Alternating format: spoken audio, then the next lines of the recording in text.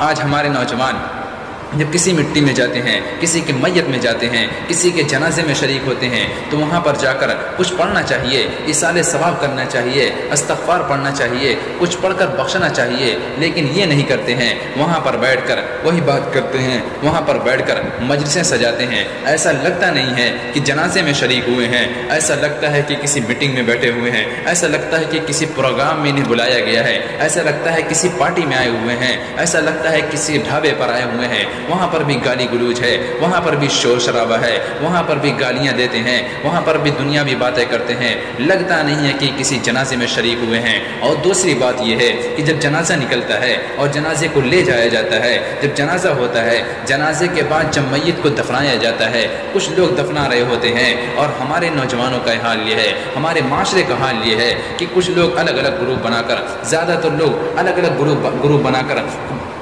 ہمارے نوجوان الگ گروپ بنا کر، اور ہمارے جو بڑے ہیں وہ الگ گروپ بنا کر دنیاوی باتیں کرتے ہیں۔ ہمارے نوجوان کوئی فری فائر کی بات کر رہا ہے، کوئی پب جی کی بات کر رہا ہے، کوئی کسی کی بات کر رہا ہے، سب اپنے اپنے میں مست ہیں۔ کسی کے دل پر یہ چوٹ نہیں لگتی ہے کہ آج ہم کس جگہ پر حاضر ہوئے ہیں، آج ہم کس وجہ سے یہاں پر آئے ہوئے ہیں، یا ہم جنازے میں آئے ہوئے ہیں۔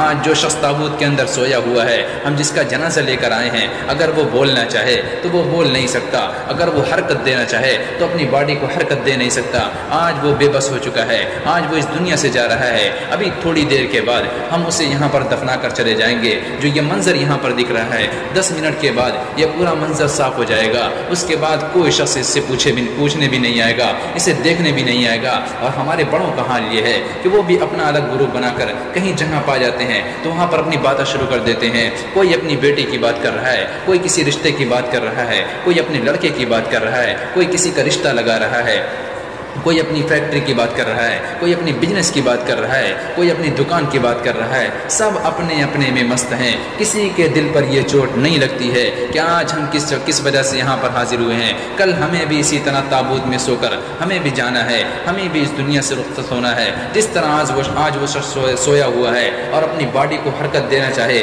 نہیں دے سکتا، کچھ بولنا چاہے نہیں بول سکتا، کل ہمیں بھی اسی طرح دوسروں کے کندھوں پر سوار ہو کر آنا ہے، اور ہمیں بھی لوگ یہاں پر دفنا کر چلے جائیں گے۔ پھر اس کے بعد کوئی پوچھنے والا نہیں آئے گا۔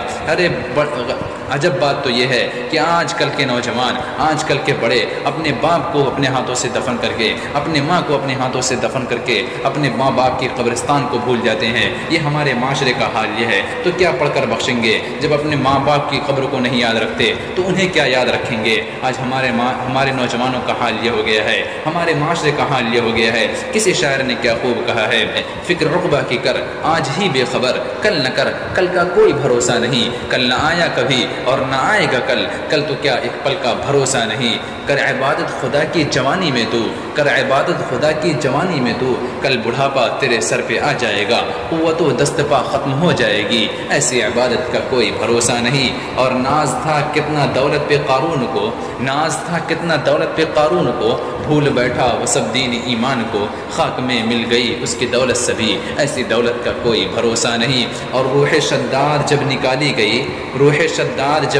گئی سیر باغ ارم کی وہ کر نہ سکا، یعنی کہ شداد نے جو جنت بنوائی تھی اور جس نے تڑپ یہ پیدا کی تھی کہ اس دنیاوی زندگی کے اندر میں جنت میں جا کر رہوں گا، شاعر کہتا ہے روح شداد جب نکالی گئی سیر باغ ارم کی وہ کر نہ سکا، ہاتھ ملتا گیا اور یہ کہتا گیا ایسی جنت کا کوئی بھروسہ نہیں۔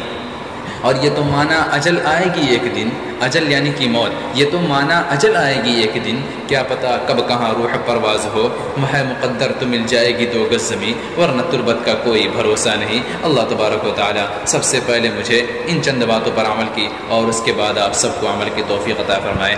آمین۔ وآخر دعوانا ان الحمد للہ رب العالمین۔